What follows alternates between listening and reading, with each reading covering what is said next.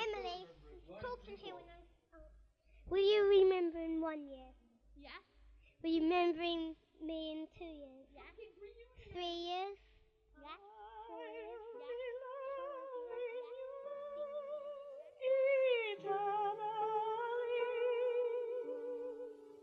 With a love that's true eternally. From the start with him, my heart, it seems I'll always know the sun will shine when you are mine eternally.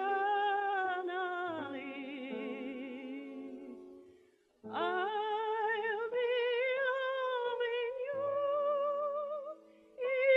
eternally. Will be no one but where am I? Dear, though the skies could never show a love forever true and loving you eternally.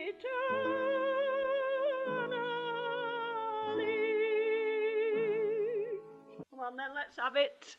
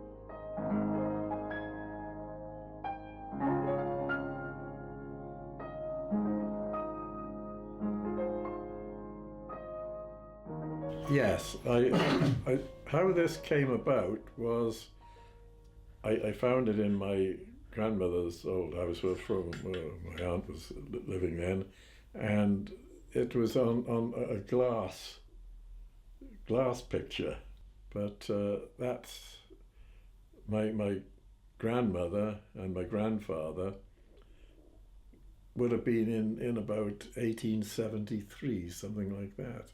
Very, very old picture. Now, I'm quite taken with it, except one of my cousins, who I send it to, my cousin who does the family tree, thought he looked like a spiv, but which he probably does. But I was quite intrigued with the picture.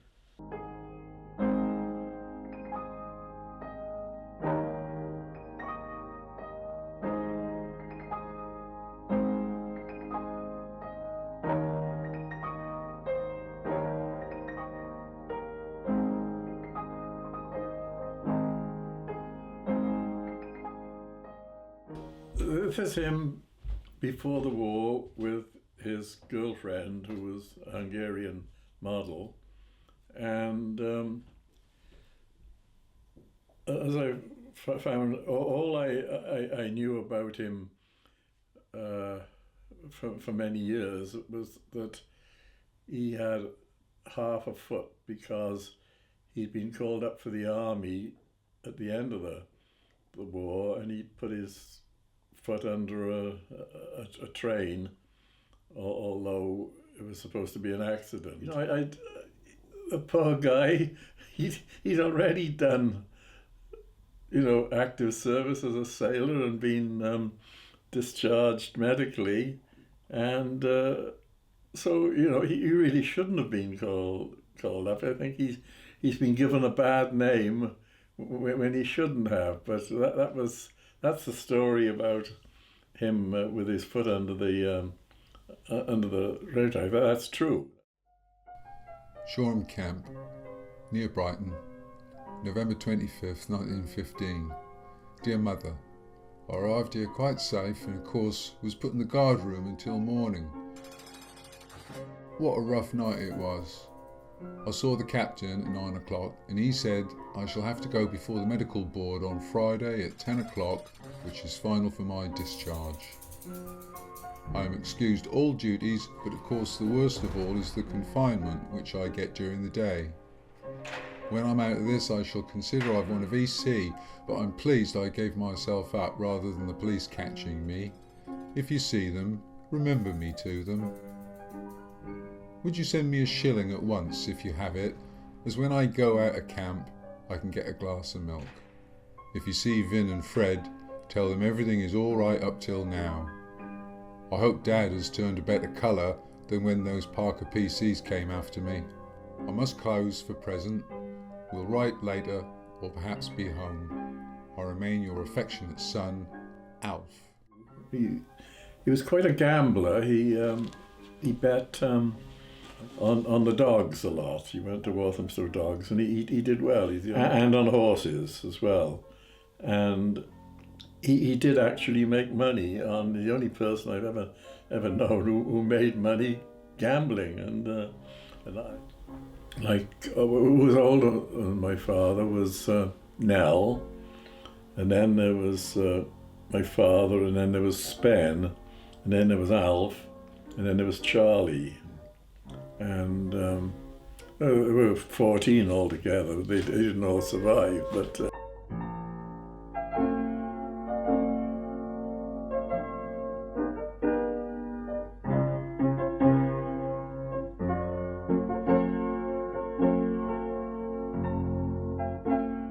yes, he was the youngest brother, and some funny little stories about him, which probably not necessarily appropriate, but he had a nickname, I've been told, of Charlie the Meat Finder, because apparently he was walking along a path and he found a leg of lamb wrapped in paper near stile and took it home, and he was always known as Charlie the Meat Finder. He also went into Chingford Old Church, and he got in some trouble for that, and went into some crypts in the place, because the old church was deserted in those days, and it was in the country, where it's been reconsecrated since then. But at the time it was a deserted church, and Charlie went and rummaged amongst the crypts, and he was quite the lad. He was quite a boxer as well. He apparently got set on by two people and saw them both off.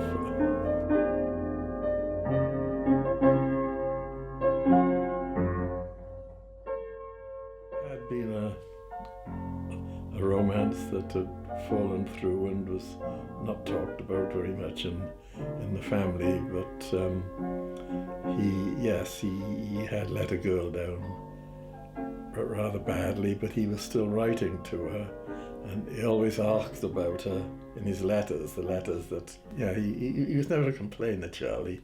That's why you see him dressed up in like he's dressed in his Australian clothes there, because he was with an Australian company, but he did like dressing up. Charlie, who was killed at the First Battle of Gaza fighting the Turks, and he had already survived Gallipoli. He had been in Gallipoli. That's why he dressed looking like an Australian in that one, because he had been with the Australians in Gallipoli, and brings tears to my eyes almost to see him like that. Egypt, 10th of November 1915. Dear Mabel, many thanks for your letter dated October 8th. I left Gallipoli on November 5th and arrived here November 9th, being on a hospital ship for 4 days. I was slightly run down. I was very pleased to leave the peninsula after 3 months of fighting and hard work, etc. We're in a nice little hospital about 30 miles from Cairo. The weather here is lovely. It's what they call winter. We have large nets over the beds at night to keep off the mosquitoes. I like the country very much, but not the people. The women mostly wear black and the men coloured clothes. Fancy ploughing fields and road sweeping in red and blue baggy trousers are made of linen. I think this is all for the present and must now close. With fondest love, Charlie. This is when before he went overseas in the beginning, when he was, he joined when he was quite young, I think, as a territorial. He was in the 7th Battalion, the Essex Regiment. And there's a letter explaining how he was killed. Essex Regiment, Prisoner of War Fund, 8th of December 1918. Dear Madam, I am in receipt of yours of the 6th and also the enclosure. I will give you all the information I can upon the matter as I had it from Private Somerville and Private Goldthorpe, both now deceased, who were with Charlie Harrall. It appears that the three were attempting to evade the Turks and were shot at. The bullet striking Charlie Harrall in the back. He jumped into the air and immediately collapsed. From the information from the two named, death was instantaneous. This occurred in the afternoon of the 27th of March 1917, the day of the first Gaza battle. I was not with him or seen with him on the day, and I want you to understand this is exactly as I received it from Somerville and Goldthorpe, who were brought as captives into Gaza after myself, and it was the first thing I was told by them, as we were all 4 members of the signal section and naturally fairly good friends. Charlie, as his mother says, was a very good boy and full of life and fun. It grieved me very much to hear of his death. I'm very sorry to have been the bearer of such sad tidings, but there seems to be no doubt as to his ultimate end. Believe me to be yours faithfully, W.H. Owen.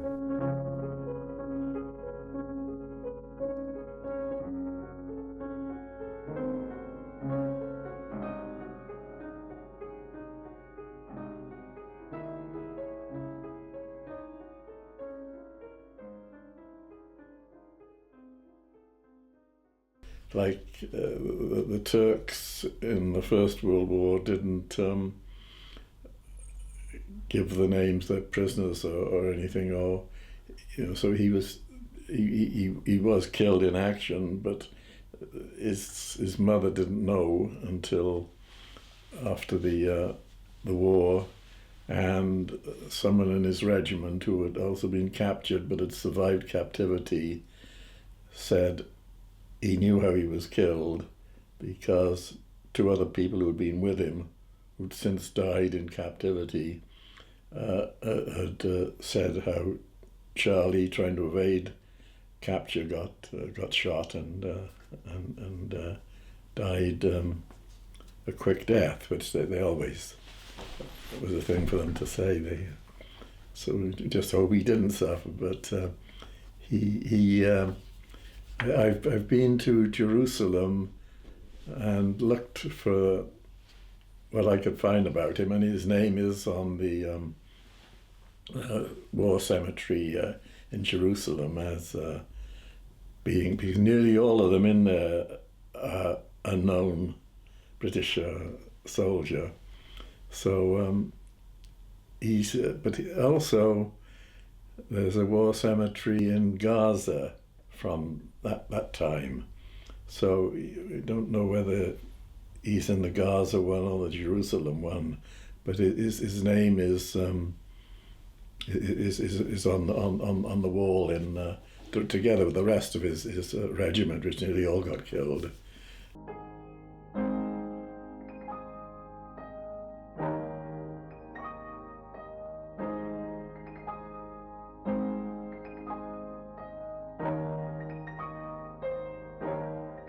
He took an exam to leave school when he was 12 because he couldn't be taught. He'd learnt everything that they taught in the school, so he he took an exam and left and became a telegraph messenger. Like his great-grandmother was the postmistress.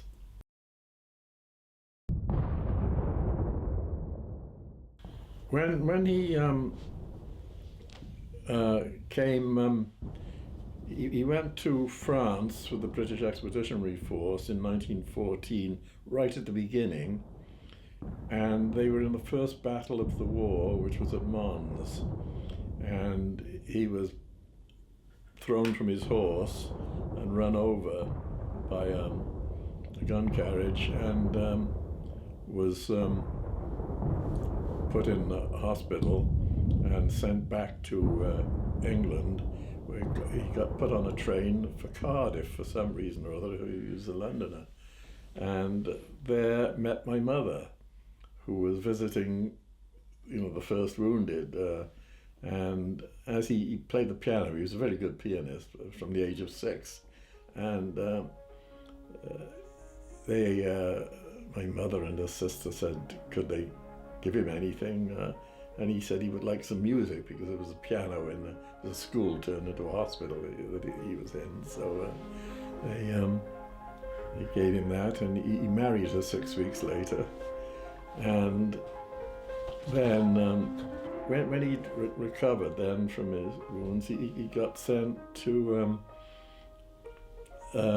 Mesopotamia, which is Iraq now, and he was with a Indian cavalry division there, and he was still with the Royal Horse Artillery, but so he stayed there fighting the Turks, and once got his after riding up to the front line and back again, they found a bullet hole in his horse, which he hadn't realised had been shot. And from not just Charlie, but my father's letters, you see. Yeah. My father was writing to his mother, yeah, and his mother kept the letters, and in them, my father was in Mesopotamia at the time, which fighting the Turks, and he was writing to Charlie, and some of the letters, which are quite touching, saying, I haven't heard from Charlie lately, and my letters are getting returned. Please tell me if he's all right. And he wasn't. He was dead, of course. July 21st, 1917. Dear Mother, Dad and all, thanks so much for the letters, which still continue to arrive regularly. How are you all getting by? It is very hot out here at present. I will be able to tell you a lot about Baghdad when I see you all. I'm pleased to be writing to you, and hope I'll continue to do so. I have not heard from Dad for a long time. Just tell him to drop me a line. So you had a terrible thunderstorm. I can just hear you saying, I do play the piano. Will, bang on it as loud as you can, but I'm a little too far off now. Best luck to everyone, from your affectionate son, Will. 1st August 1917. Dear Mother, Dad and all, thank you so much for the letter this week. I rarely miss a week hearing from you, and you always lift me with the news. I hope I shall continue to get my letters punctual. I have not heard from Charlie for a long time. Can you tell me anything about him? I wrote to Spain yesterday. Tuesday. Dear Mother, Dad and all, how are you getting on? Have you heard from Charlie yet? If so, let me know. I expect by the time it's August 1917. Dear Mother, Dad and all, thank you so much for the last letter. You should be getting many from me now. I wonder if you would care to send me the newspaper on every week when you have finished, because I like to get up-to-date information from England. How is Charlie getting on? I have not heard from him for quite a long time. I am enjoying the best of health, but it has been very hot. Dear Mother, Dad and all, thank you so much for the letter received with this mail. Also thank Nell very much for hers also. I am glad she has been successful in getting good situation as a forewoman, and I wish her every success. Have you heard anything from Charlie? I have not for quite a long time. I hope he is alright. 1917. Dear Mother, Dad and all, I never received a letter from you this week. The first mail without one from you for a long time, but you probably are very busy, for I know you cannot have much time for writing, especially with such a lot of us to correspond to. I wonder how dear old Charlie is getting on. I've never heard from him for quite a long time. Let me know with everything concerning him. Anyway, after the war finished, he was still a regular soldier, of course. He, instead of sending him home, they sent him to India. And he did the next several years in India, and without coming home. Now, in the meantime, after he'd left England, my mother was pregnant. It wasn't a shotgun marriage or anything. No, she got pregnant just before he left for Mesopotamia, and she had twins, and her mother died while the twins were very very small. So anyway, he was abroad for all these years, and then instead of coming home, they sent him to India for a couple of years because there was trouble on the northwest frontier. Always has been in Afghanistan, and by the time he got home, the twins were 4 before he saw them all. This picture here would have been shortly after he came back home, seeing them for the first time. So he had a rough war there, and there wasn't any work or anything around afterwards, but he had always been interested in photography. He was also a very good artist as well, and a good pianist. So he thought he'd start maybe taking photographs of people, also framing pictures. And he had my twin sisters tutored in the piano. He was always so keen on it. Jolly good. They say that was marvellous. And an idea struck him. He said that he should photograph school children because so he went, and they were living in Cardiff at the time, so he went to the school where there'd been a hospital where he had been, and told them that he'd been like that, and could he photograph the children? And they said yes, and he did extremely well, and he became a professional photographer from then on, mostly taking schools. He would take weddings and things sometimes, but mostly schools were what he took. But anyway, that's his early. I remember him using like a wooden tripod and bellows cameras. I remember him using those when I was a child. In fact, when I was on holiday from school, I'd go and help him with his stuff, whoever he happened to be photographing at the time.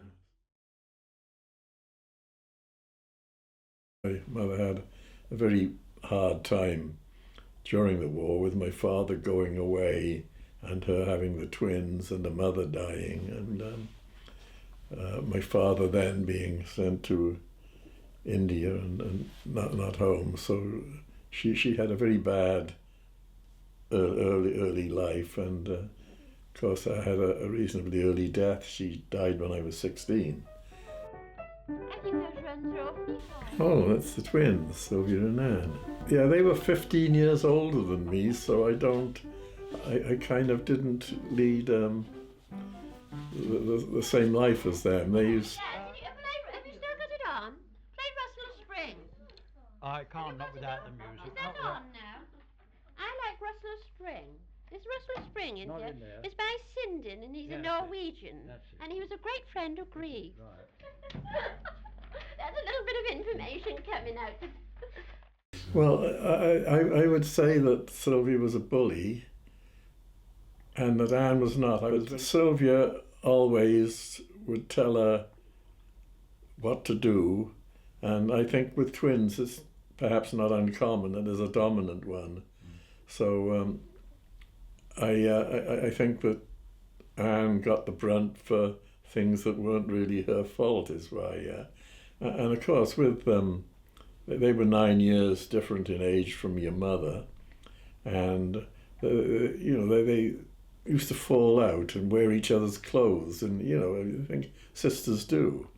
one would be waiting for somebody to come home because they had their dress on and things like that, But this is quite common, I think, among, from what I understand, among siblings that they. Dad, don't you think Southend is cheap? It's very cheap. It's much cheaper than Newport, Well, I I think so. You get real bargains. I think it's Yes. the prettiest town I've ever been. I had the most gorgeous jumpers there today. Did you? For Catherine for school. Really lovely, you Really know. lovely. Quite cheap. Quite cheap. We went in together. Well, Sylvia was married to Doug and gave birth to a stillborn child that messed up the rest of her life. She didn't have a very good life with a husband after that, and wouldn't have any more children. And Anne was married to Bert, who was in the army, and he was from D-Day right through the campaign into Germany, and with an infantry regiment, and he was never quite right after coming home, and they got married, but he developed in his 20s, which is late to develop, he developed schizophrenia, and it's Anne's wedding. And why I presume Anne gave me this, but I presume she did that because he became schizophrenic after that, and I think it was hurtful for her to see his. That's all I can think of, because his face was scratched out, and she had led an awful life, and he was committed to Chilean asylum from, in his late 20s, leaving Anne pregnant, and spent the rest of his life in there, Biddle, and at Catherine, the little girl at 15, I don't know whether you remember Catherine, but she got schizophrenia and was committed also, but and then died in a fire eventually. Oh, Anne had a sad life, and continued to be bullied by Sylvia. I mean, I think Sylvia, all right, it was sad for her to what happened with her, but she seemed to get over it, and was, kind of a person you always saw eating out of a box of chocolates. And,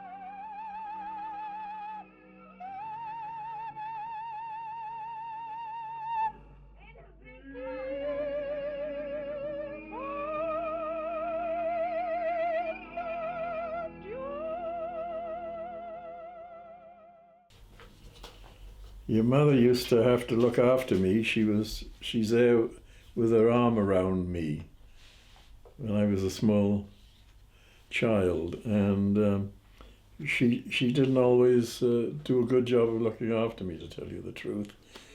If you want to be bad mouthing my sister, she was required to take me to school when I was 5. I went to the girls' school, and it was her last year there, and so she took me there, and was required to for me to sign on and everything. But she went off with her friends and left me stood there all on my own, and I didn't know what to do. I didn't know whether to go home what to do. And in the end, I wandered into the school, but she just completely left me on my own, and I registered myself in school. But the other thing was, she was the pride and joy of the family. She was better thought of than I think, because the twins being born when my father was away and not seeing them until they were 4, and she was born as like the first child, so she was always spoiled. She was spoiled by my by the family. You know, she was always allowed to do things that the rest of us weren't. She still got her letters open, but she was allowed to stay out later than. Yes, and she was a very good athlete. You knew that, didn't you? Yes. She won a Victrix Ladorum for school athletics, and my father was very, very proud of her. Although she wouldn't let any of the family come and see her run, but she had a very nice voice, a beautiful singing voice, which my father was very proud of. So I think when she was this age, I think she was definitely the favourite. She was better thought of than myself or Sylvia and Ed.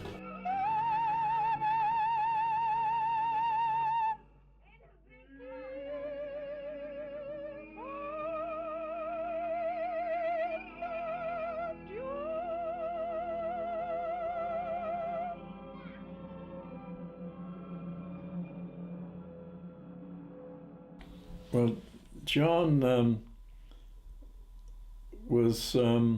he served his apprenticeship as an electrician in Glasgow, and he got called up. They started calling people up 6 months before the war started, and he was called up then, and he was in the Royal Horse Artillery. But of course they didn't have horses at that time. But then he was at Dunkirk.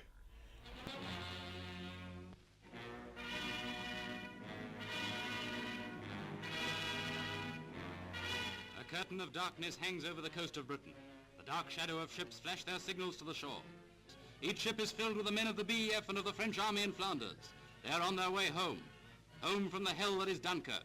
And went straight from Dunkirk abroad. He was all through the Middle East, Ethiopia and Alamein. Just before 0 hour, and all is quiet. Then from the hell that is Dunkirk.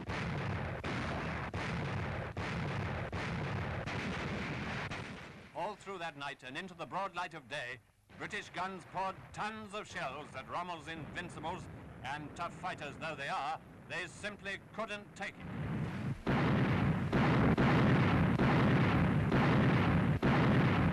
Italy, and he did the whole lot. And then my father was always on the lookout for somebody to young men to invite and play table tennis at home, and meet one of my sisters and marry them, of course. So we knew the family. They lived in the same street as us, his parents, and or the next street. And so he invited John to play table tennis.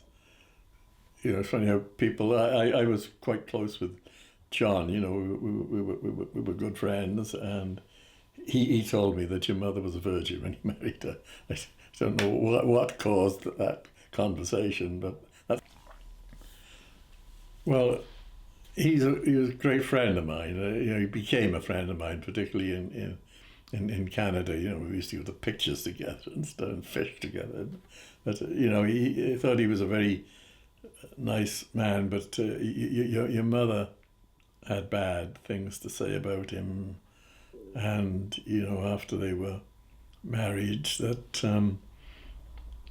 that he didn't have good feelings for her and all of that. That if she told him to go and sleep on the couch, He did. He wasn't. He wasn't about to plead with her for anything. But I found him quite normal. I thought he was normal, and she was selfish. And your father was on the scene, and I won't get into that. But John wasn't particularly sexual, I don't think. I mean, your mother told me that they had never had sex more than once in a day. I don't know why, what the occasion was she told me that, but she did tell me that. I think after he was dead, but as far as I was concerned, he was a perfectly normal guy. In fact, they had a post-mortem, an autopsy for him because he was, the way he was killed was a bad accident, and they wanted to know things about his work and his upbringing and everything, and I volunteered and I gave evidence in the about him in the post-mortem. He had installed a new piece of machinery relative to the process. He threw the switch to put it on, and there was a fault on the switch gear that caused it to short into the whole of the system, and he had his leg out underneath a piece of conduit connected to it, and it was just a strange accident. But like you in fact have brass eyelets on your shoes. One of the brass eyelets on his shoes came in contact with a live piece of equipment and electrocuted him. And he dropped dead. A snail crawled out with his house on his back. A snail crawled out with his house on his back. You can hear where he goes by his slimy track. You can hear where he goes by his slimy track. Creep, creep, creep, creep. See how slowly he goes, and you do the same if you carried your house, and you do the same if you carried your house. Yes, this was taken in Gare Park Drive, 67 Gare Park Drive, and that watering can was given to me for would have been my first birthday, I think, or it could have been my second. But in those days, the children's hour on the BBC hadn't been going that long, but people could write in and say where your birthday present was going to be. And a young man who lived near us wrote to the BBC and told me where to find my watering can. And that poor guy was in the Air Force and was killed. He was missing in action and never found. And but I always have a very soft spot for that. The fact that he had done that when he must have been quite a bit older than me, because this would have been in 1932 or something like that. Yeah, this is about the same. And I had a bar of Golden Glory soap in my hands there. And I look amazed, don't I? But that's what I used to be bathed in, evidently. I was probably a bit younger in this one than I was in the other one, but being bathed in an enamel tub, and I had very curly hair, and beautiful curly hair, and when it got cut, there was a lot of dispute in the family whether it should be cut or not. Excuse me. It grew straight. I didn't have curly hair anymore. Well, this is Victorian upbringing. People, they wanted to know what their children were up to, so they had to read your mail before you read it. And I remember I got a letter from a girl. I only happened to have met her at a party, and I was about 14 or 15, I think, and I didn't normally get much mail, but I happened to get this letter from this girl, and when I came home from school, the whole family had read it, and gave me a talking to about going around with girls, and I'd only ever met her at a party. Nothing at all in it, but my parents were very Victorian, and yes, and my sisters, they opened their mail as well. Well, yes, it wasn't. It was typical for my type of family, who were, Victorian in their outlook, and I think it would be acknowledged that Victorian parents were quite domineering with their children. Anyway, I don't think it was anything.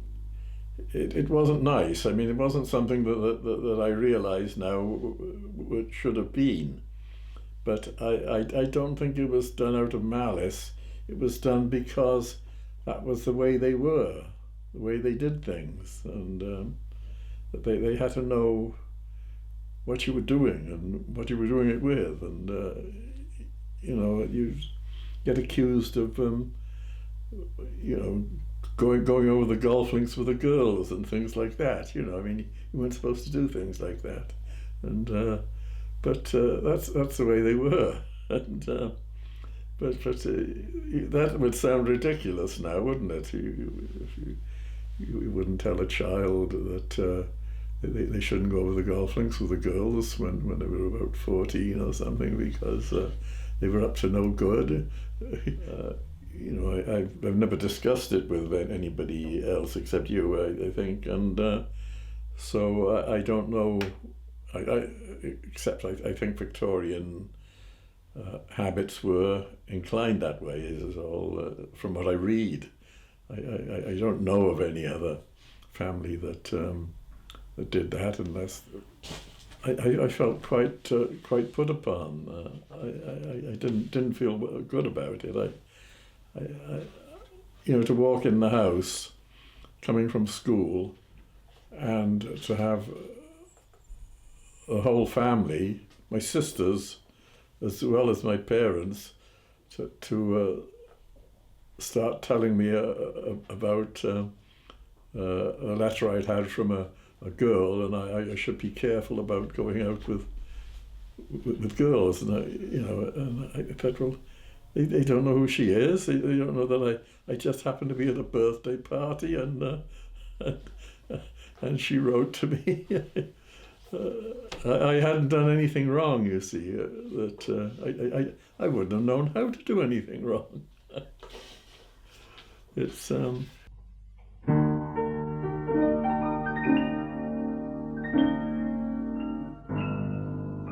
I won't go too far into it, but in essence, I was homeless, and your mother wasn't keen on having me, and my father had remarried, and my stepmother didn't want me, but the army liked me very much. They thought I was very clever, and I did clever things in the army, and thank God I did, because what I did the rest of my life was things that I had learned that I couldn't have been taught otherwise, technically as well. And anyway, that I did 5 years, and came out, and had a very successful life, as an engineer afterwards. And so they offered me a job, and I didn't have anything else to, and so I took the job, and I worked doing an engineering job with in Bridgend, essentially doing the same as I'd been doing when I was in the army. So, I moved there, and then your parents had went to Canada in the meantime, and I joined them in Canada and got a job, and got rapidly promoted until, well, I had married, I won't go too deeply into my first marriage, except I was married to somebody who eventually turned out to have bad mental problems. And anyway,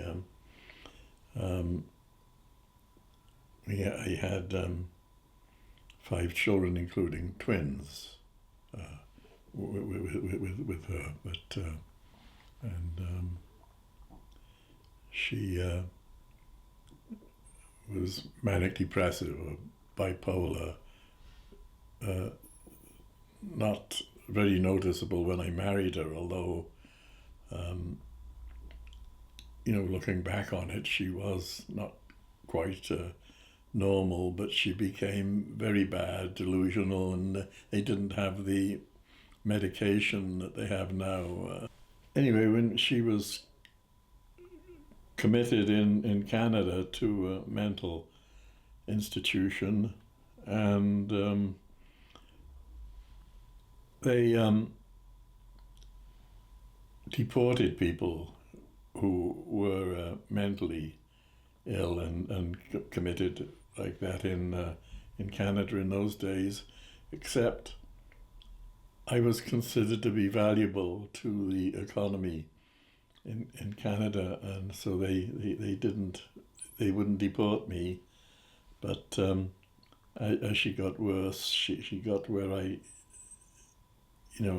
she was dangerous to the children, so she went back to England. But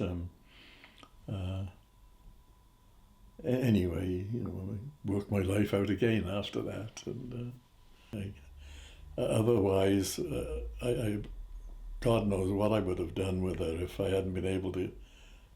I mean, her in England and myself and the children in Canada.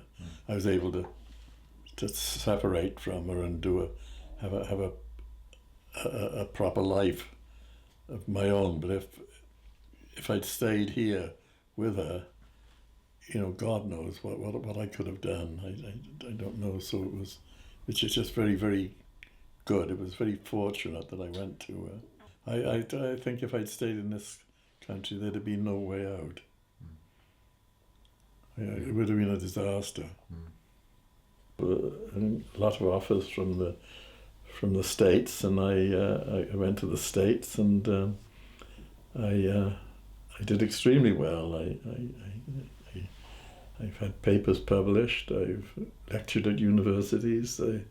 I can't believe that I managed all this from being homeless at 16, but somehow or another it all worked for me.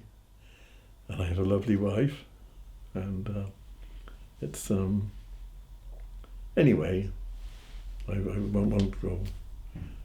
won't boast about it. There's a jolly old mill that stands there still, as it did in my father's time, and he often used to sing to me this little bit of rhyme.